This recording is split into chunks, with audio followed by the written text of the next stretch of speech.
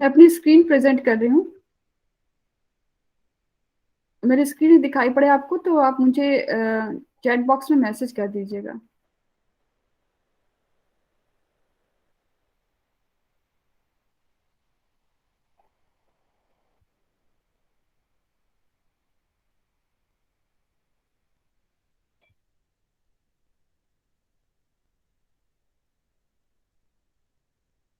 आज की जो टॉपिक मुझे आपको पढ़ानी है वो टॉपिक है C4 साइकिल। C3 साइकिल मैंने आपको पढ़ा दी थी। C4 साइकिल के बारे में जानते हैं आज। C4 साइकिल को हम लोग हैच एंड स्लैक साइकिल भी कहते हैं, या फिर इनको C4 सिंड्रोम के नाम से भी जानते हैं। C4 सिंड्रोम के नाम से क्यों जानते हैं ये आपको मैं बताती रहूंगी, है ना। सबसे पहले तो इसको एक रशियन साइंटिस्ट थे HP कॉटसेंक, जिन्होंने इसको शुगर केन की लीफ में 1957 में सबसे पहले देखा। यहाँ पे पहला स्टेबल प्रोडक्ट जो है वो 4 कार्बन का होता है। अभी आपने जब इसके पहले C3 साइकिल पढ़ी थी तो वहां पे पहला स्टेबल प्रोडक्ट जो था वो 3 कार्बन का था। यहाँ पे 4 कार्बन का पहला स्टेबल प्रोडक्ट था, इसलिए इसका नाम हम लोग देते हैं C4 साइकिल, और उसको हम लोग C3 साइकिल के नाम से जानते थे। ये जो सबसे पहले शुगर केन लीफ में देखा गया। बाद में इसको एक और साइंटिस्ट थे कॉर्पिलॉव, जिन्होंने इसको जो है इसी ऑब्जर्वेशन को मेज के लीफ में भी देखा। और बाद में इसे बहुत सारे प्लांट्स में C4 साइकिल को ऑब्जर्व किया गया। आज की डेट में 1500 प्लांट स्पीसीज हैं जो 18 अलग अलग एंजियोस्पर्मिक फैमिलीज को बिलोंग करती हैं, जिसमें से 15 फैमिलीज जो है वो डाइकॉट से हैं और 3 फैमिलीज जो है वो मोनोकॉट से हैं। तो उन्होंने इसको स्टडी करने के लिए जो है एक साइकिल दिया जिसको C4 साइकिल के नाम से जानते हैं। पर उसके पहले जो है इन प्लांट्स में कुछ स्पेसिफिक जो है एनाटॉमिकल चेंजेस भी होते हैं, पहले उसको देख लेते हैं ना।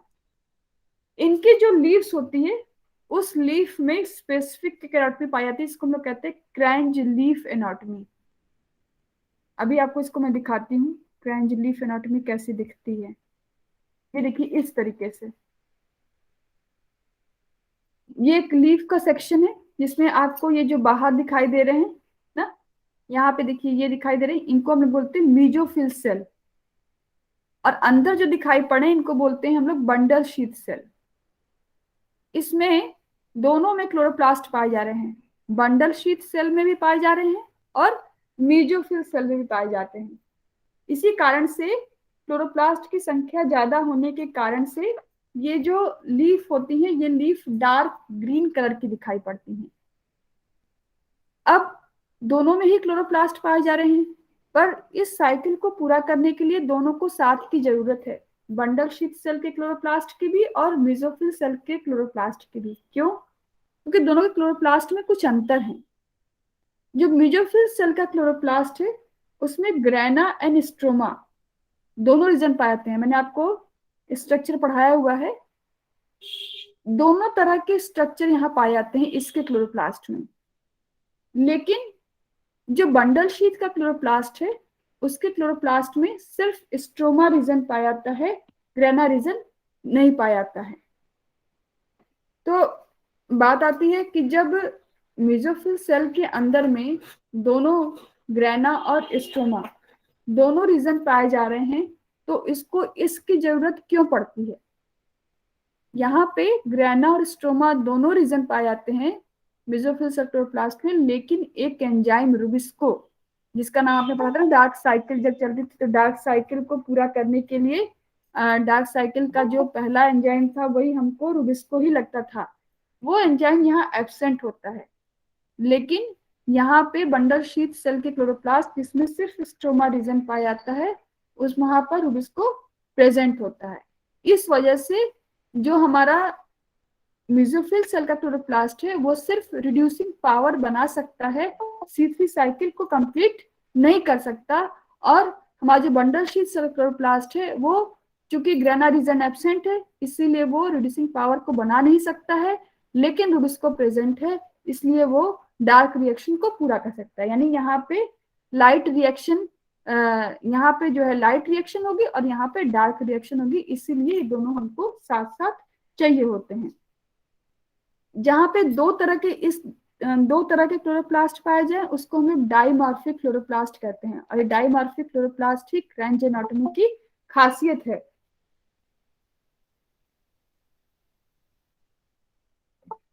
अच्छा, जो C4 के प्लांट्स होते हैं जनरली वो ट्रॉपिकल और सब ट्रॉपिकल रीजन में पाए जाते हैं। जैसे हमने बात की शुगर की, बात की मेज की, बात की ना, ये हाई टेम्परेचर पे जो होते हैं ज्यादा तेजी से ग्रो करते हैं। क्यों करते हैं, अभी इसके जब हम लोग पढ़ेंगे ना इसके बारे में, आगे पढ़ेंगे अभी हम लोग कि कैसे ये मैकेनिज्म करता है, तो वहां पे आपको समझाऊंगी कि ऐसा क्यों होता है। In C4 plants, the oxygen has no inhibitory effect and they lack photorespiration. ठीक है, कैसे वो भी आगे बात करते हैं। तो यहाँ पे बात करने जा रहे हैं हम लोग reaction of hatch and slack cycle, या जिसको हमने कहा C4 सिंड्रोम या C4 साइकिल। ठीक है, इसके लिए दो तरह के क्लोरोप्लास्ट की जरूरत है। ठीक, यहाँ पे सबसे पहला जो हमारा पहला स्टेबल प्रोडक्ट होता है वो है हमारा ऑक्जेलोएस्टिक एसिड। तो लिखा है ना पहला स्टेप, फॉर्मेशन ऑफ ऑक्जेलोएस्टिक एसिड। कैसे बनेगा, यहाँ पे प्राइमरी एक्सेप्टर कार्बन डाइऑक्साइड का जो है वो 3 कार्बन का कंपाउंड है, फॉस्फोइनॉल पायरुविक एसिड। याद होगा हम लोगों ने जब C3 साइकिल पढ़ी थी तो वहां पे जो प्राइमरी एक्सेप्टर था वो कौन था, 5 कार्बन का था ना, रेवलोज 15 बेस फॉस्फेट था। जबकि यहाँ पे हमारा जो प्राइमरी एक्सेप्टर है यानी कार्बन डाइऑक्साइड को पहली बार रिसीव करने वाला जो कंपाउंड है वो हमारा फॉस्फोइनॉल पायरुविक एसिड है। तो यहाँ पे मैंने आपको बताया था कि carbon dioxide as such plant के अंदर इंटर नहीं करती है। जो स्टोमेटल सेल होती है, जो स्टोमेटल ओपनिंग होती है, वहां पे वाटर वेपर्स प्रेजेंट होते हैं, सबसे पहले कंबाइन करता है, बाइकार्बोनेट बनाता है, और इस बाइकार्बोनेट के जरिए ही फिर वो अंदर की तरफ मूव करता है, कंबाइन करता है। देखिए एक साइकिल बनी हुई है। यहाँ देखिए ये जो कार्बन डाइऑक्साइड है, ये कार्बन डाइऑक्साइड अंदर आ रही है। हम यहाँ पर CO2 प्लस H2O लिख के भी दिखा सकते हैं। CO2 प्लस H2O से क्या बनेगा, SCO3, जो कि अंदर आएगा और वो कंबाइन करेगा फॉस्फोइनॉल पायरुविक एसिड के साथ में in presence of enzyme phosphoenol pyruvate carboxylase. वहां एंजाइम कौन सा था, रुबिस्को था। यहाँ पे एंजाइम है फॉस्फोइनॉल पायरुवेट कार्बोक्सिलेज, जिसको हम लोग शॉर्ट में पेप्को भी लिखते हैं। तो ये 3 कार्बन और ये 1 कार्बन कंबाइंड होके क्या बनाएगा, ऑक्जेलोएस्टिक एसिड। ये जो पहली सेल आप देख रहे हैं ना, ये पहली सेल मेसोफिल क्लोरोप्लास्ट है। ठीक है, यहाँ पे ये कंबाइन करके ऑक्जेलोएस्टिक एसिड बनाता है। ये oxaloacetic acid with the use of reducing power convert होता है मैलिक एसिड में। देखिए एक चीज और ध्यान दीजिएगा, यहाँ पे रिवर्सिबल जो है एरो लगे हुए हैं, जरूरत हुई तो इसमें और नहीं तो इस फॉर्म में कन्वर्ट होगा। ऑक्जेलोएस्टिक एसिड का ही 4 कार्बन का एक और फॉर्म है अस्पार्टिक एसिड। इसको अभी दिखाएंगे कि C4 साइकिल 3 तरह की होती है, वहां पे इसकी जरूरत पड़ेगी, अभी इसकी जरूरत नहीं है। अभी आप इतना नहीं कि ऑक्जेलोएस्टिक एसिड से बनता है malic acid. Malic acid diffusible है, ये डिफ्यूज होकर के कहाँ पहुंचता है, जो हमारा बंडल शीथ सेल का क्लोरोप्लास्ट है वहां पे आता है। यहाँ बंडल शीथ सेल के क्लोरोप्लास्ट में मैलिक एसिड से 1 कार्बन बाहर निकल जाता है कार्बन डाइऑक्साइड के फॉर्म में, और ये बन जाता है पायरुविक एसिड में कन्वर्ट होता है। ठीक है। ये जो मैंने आपसे कहा था कि बंडल शीट सेल में क्या पाया जाता है, रुबिस्को पाया जाता है, तो रुबिस्को अपना काम स्टार्ट कर देगा। कार्बन डाइऑक्साइड उसको मिल गई तो वो रेबुलोज बिसफॉस्फेट के साथ कंबाइन करके 6 कार्बन का इंटरमीडिएट बनाएगा। और जैसी साइकिल आपने C3 साइकिल देखी थी ना, वैसे ही पूरी साइकिल चलेगी और कार्बोहाइड्रेट बंडल शीट क्लोरोप्लास्ट में बनेगी। इसी के लिए यहाँ पे देखिए लिखा है केल्विन साइकिल, आधा बना करके लिख देता है केल्विन साइकिल या C3 साइकिल, इसको हम लिख सकते हैं यहाँ पर। अब इसमें से मैलिक एसिड से एक कार्बन निकल गया, कितने बच गए, 3 कार्बन। ये पायरुविक एसिड ट्रांसपोर्ट होता है वापस मेसोफिल क्लोरोप्लास्ट में, और वहां पे फॉस्फेट पायरुवेट डाइकाइनेज ये एंजाइम है जिसकी मदद से वापस से कन्वर्ट होता है ये 3 कार्बन के प्राइमरी एक्सेप्टर में। आपको याद होगा C3 साइकिल में भी हमने जो है ऐसे ही बनाया था। C3 साइकिल में हमने जब पहले C3 साइकिल में 5 कार्बन का कंपाउंड हमारा एक्सेप्टर एक कार्बन डाइऑक्साइड से कंबाइन कर रहा था, 6 कार्बन का इंटरमीडिएट बना रहा था, फिर 3 कार्बन का हम लोग जो है स्टेबल प्रोडक्ट बना रहे थे वहां पे, और उसके बाद हम लोग उसको उसमें से आपने देखा हुआ कि मैंने 1 या 2 को मॉलिक्यूल को हम लोगों ने कार्बोहाइड्रेट बनाया और बाकी सबको हमने फिर से क्या किया था, प्राइमरी एक्सेप्टर को रीजनरेट किया था। वही चीज यहाँ पे भी होगी, क्योंकि जब तक प्राइमरी एक्सेप्टर को आप रीजनरेट नहीं करेंगे तो ये साइकिल फिर से कंटिन्यू नहीं होगी। तो इसी वजह से जो मैलिक एसिड है, मैलिक एसिड से 4 कार्बन में से 1 कार्बन डाइऑक्साइड निकल गई, 3 कार्बन का पायरुविक एसिड ट्रांसपोर्ट होकर वापस से मेसोफिल क्लोरोप्लास्ट में आता है और पहुंचता है फॉस्फेट पायरुवेट डाइकाइनेज में। ठीक है। अब मुझे आपको जो बताना है वो ये कि ये एक जनरलाइज साइकिल है C4 साइकिल की। C4 साइकिल 3 तरह की होती है। एक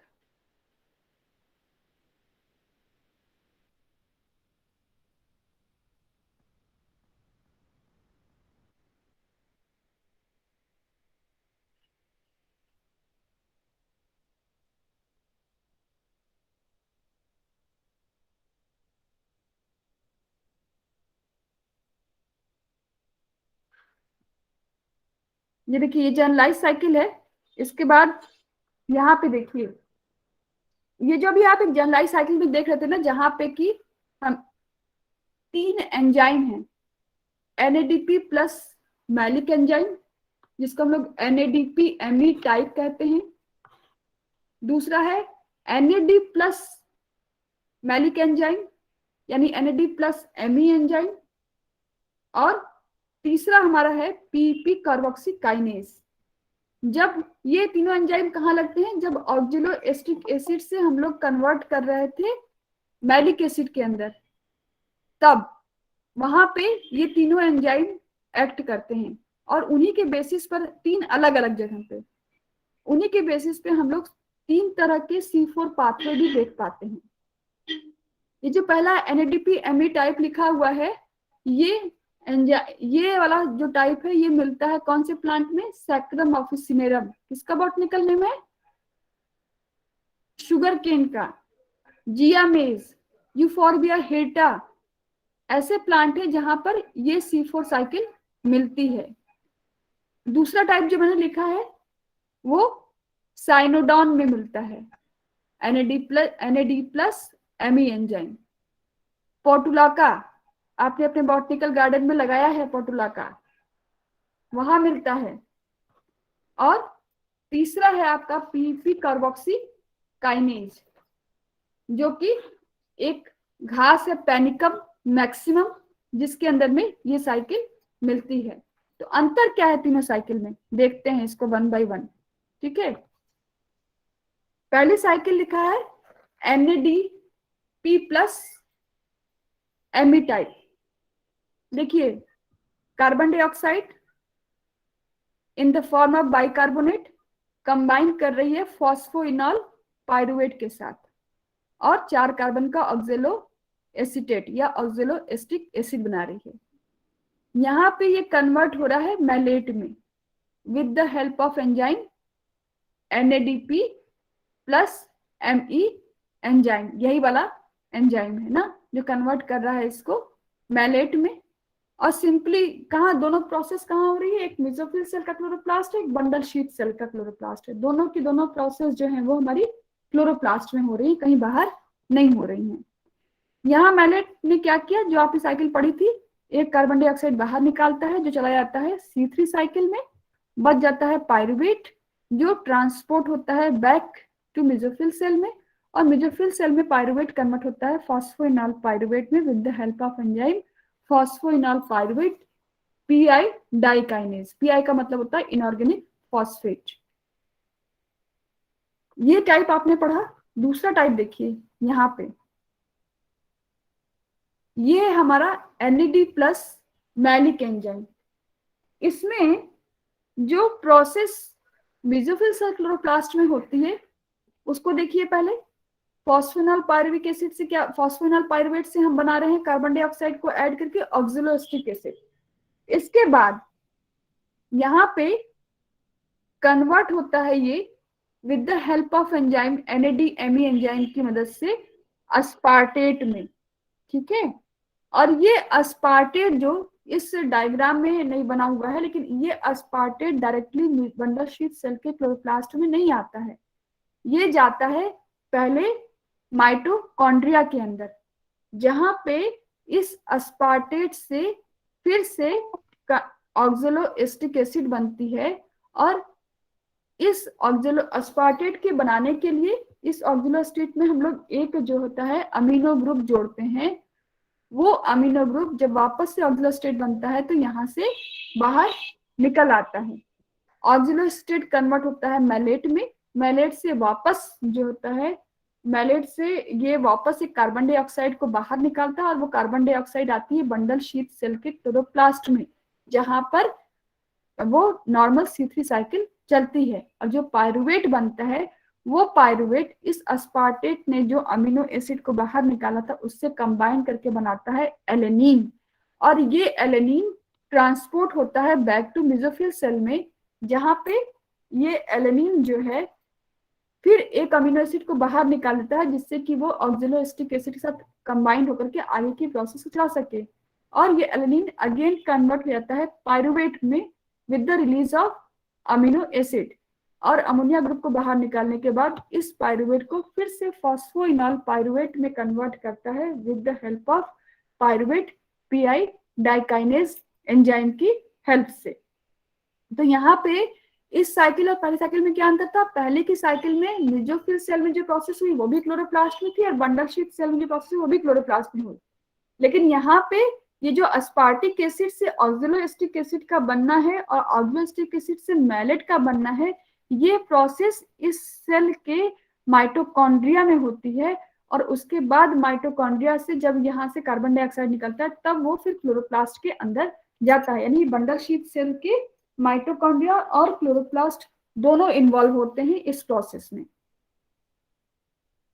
अगेन आते हैं हम लोग जो है पीपी कार्बोक्सीकाइनेज जो एंजाइम है, पीपीसी के टाइप जो एंजाइम है, इस एंजाइम में फॉस्फोइनॉल पायरुवेट जो है वो कन्वर्ट होता है ऑक्सलोएसिटेट में और ऑक्सलोएसिटेट से अस्पार्टेट में। यहाँ पे आपने इसके पहले जो साइकिल देखी उसमें अस्पार्टेट से ऑक्सलोएस्टेट और मैलेट का बनना, ये सारी प्रोसेस जो थी माइटोकॉन्ड्रिया में हो रही थी, लेकिन यहाँ पर ये प्रोसेस जो है वो इसके क्लोरोप्लास्ट में ही होंगी। अस्पार्टेट से ऑक्सलोएस्टेट बनेगा, मतलब एक अमीनो ग्रुप बाहर निकल जाएगा, अमोनिया ग्रुप वो बाहर निकला, और यहाँ पर ऑक्सलोएस्टिक एसिड जो है वो डायरेक्टली एक कार्बन डाइऑक्साइड को बाहर निकाल रहा है with the conversion of ATP to ADP। Carbon dioxide चली जाएगी केल्विन साइकिल यानी C3 साइकिल में नॉर्मल रूटीन में, और यहाँ से बन जाएगा फॉस्फोइनॉल पायरुवेट। फॉस्फोइनॉल पायरुवेट जो है वो डायरेक्टली या तो एज अ जो हम लोग का रिसेप्टर था उसके काम करेगा, या पायरुवेट बनता है तो वो पायरुवेट जो होगा वो यहाँ पर अमोनिया ग्रुप को एक्सेप्ट करेगा, एलेनिन बनाएगा, एलेनिन ट्रांसपोर्ट होगी, और जैसा आपने पहले देखा था एलेनिन से फिर अमीनो ग्रुप बाहर निकल जाएगा और पायरुवेट जो है वो with the help of enzyme convert हो जाएगा फॉस्फोइनॉल पायरुवेट में। इस तरीके से ये जो साइकिल थी वो हमारी 3 तरह की हमारी साइकिल हो गई इसमें on the basis of their reducing enzyme. NADP ME type, NAD ME type और PPC के टाइप। तो आपको साइकिल आप क्या करिएगा, एक जनरलाइज साइकिल आप याद कर लीजिए, जो जनरल साइकिल आपको बताई थी, ये तीनों टाइप को बता दीजिए कि रिड्यूसिंग एंजाइम के आधार पर 3 तरह की साइकिल होती है, और जो जो एग्जाम्पल बताए हैं उन एग्जाम्पल को नाम दे दीजिए। यदि आप तीनों साइकिल समय कम है नहीं बना पा रहे हैं तो आप इस तरीके से काम करिए। अच्छा, ये साइकिल को क्यों इवॉल्व किया गया, क्यों C3 साइकिल से काम नहीं चल पा रहा था कि C4 साइकिल को प्लांट ने या सिस्टम ने इसको इवॉल्व किया। जनरली आपने देखा होगा जब टेम्परेचर बढ़ता है तो क्या होता है, स्टोमेटा क्लोज हो जाते हैं। स्टोमेटा क्लोज हो जाने के कारण से क्या होता है, गैसेस एक्सचेंज नहीं हो पाता और उस समय साइकिल C3 साइकिल पूरी तरह से बंद हो जाती है। लेकिन इसमें क्या फायदा है, इसमें फायदा यह है कि सेल के अंदर जो भी स्टोमेटा क्लोज हो गया उसके बावजूद जो भी एसिड बने, जैसे oxaloacetic acid, malic acid, aspartic acid, ये एसिड स्टोर रहते हैं और उस समय भी प्लांट जब स्टोमेटा क्लोज होता है तब भी वो इनको यूटिलाइज करके कार्बन डाइऑक्साइड को यूज करके जो है C3 साइकिल अंदर चला सकता है। ठीक है, पहला तो ये हो गया, मतलब कि इसमें जो कार्बन डाइऑक्साइड का फिक्सेशन रेट है वो क्या हो गया, हायर हो गया। ठीक है, दूसरा, इसमें आपने एक एंजाइम का नाम पढ़ा, पायरुवेट PI डाइकाइनेज का नाम पढ़ा था। ये एंजाइम जो होता है कोल्ड सेंसिटिव होता है, यानी ये एंजाइम को यदि आप टेम्परेचर कम कर देंगे तो वर्क करना बंद कर देगा, जबकि हायर टेम्परेचर पे ये एंजाइम वर्क करता है, इसीलिए ये साइकिल हायर टेम्परेचर पे भी वर्क करती है। तो यदि कोई आपसे C3 और C4 साइकिल के बीच का अंतर पूछे तो आप क्या बता सकते हैं।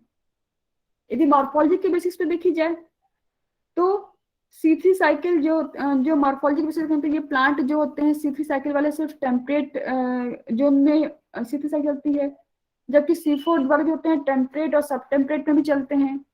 दूसरा, C4 साइकिल में आपने किस तरह का देखा, एनाटॉमी, एनाटॉमी आपने देखी कि यहाँ पे चूंकि मॉर्फोलॉजी की बात करें तो मॉर्फोलॉजी की बात कर लेते हैं। यहाँ पे जो लैमिना होता है, वो लैमिना जो होता है वो थिक होता है, मिडरिप जो सॉरी लैमिना थिन होती है और मिडरिप प्रोमिनेंट होती है, क्योंकि इसमें बंडल शीट सेल्स पाई जाती हैं। फिर मैंने आपको बताया था कि ज्यादा ग्रीन कलर की होती है क्योंकि 2 तरह के क्लोरोप्लास्ट ज्यादा पाए जाते हैं इसके अंदर में। ठीक है, C3 साइकिल में अब आते हैं कि फोटोसिंथेसिस कब होता है दोनों में। C3 साइकिल नॉर्मल टेम्परेचर जो 20 से 25 डिग्री सेंटीग्रेड टेम्परेचर या 30 डिग्री सेंटीग्रेड टेम्परेचर है इस पे होती है, जबकि C4 साइकिल हायर टेम्परेचर पे भी कंटिन्यू करती है, 30 to 35 डिग्री सेंटीग्रेड टेम्परेचर पे। लो टेम्परेचर करेंगे तो साइकिल रुक जाएगी, क्योंकि उसमें एक एंजाइम का नाम मैंने बताया आपको, पायरुवेट PI डाइकाइनेज या पायरुवेट इनऑर्गेनिक फॉस्फेट डाइकाइनेज जिसको कहते हैं, वो कोल्ड सेंसिटिव एंजाइम है। तीसरी बात, C3 साइकिल में क्रंच एनाटॉमी नहीं पाई जाती है, C4 साइकिल में क्रंच एनाटॉमी पाई जाती है। मतलब कि डाइमॉर्फिक क्लोरोप्लास्ट कहाँ पाए जाएंगे, सिर्फ C4 प्लांट्स में पाए जाएंगे, C3 प्लांट्स में नहीं पाए जाएंगे। यदि बायोकेमिकल पाथवे की बात करें तो इसका जो प्राइमरी एक्सेप्टर होता है C3 साइकिल का वो 5 कार्बन का है, लेकिन C4 साइकिल का 3 कार्बन का है। C3 साइकिल में पहला एंजाइम जो होता है वो होता है आपका रूबिस्को, जबकि यहाँ पे जो एंजाइम का नाम हो गया था उसका नाम पेप्को, फॉस्फोइनोल पायरुवेट कार्बोक्सिलेज।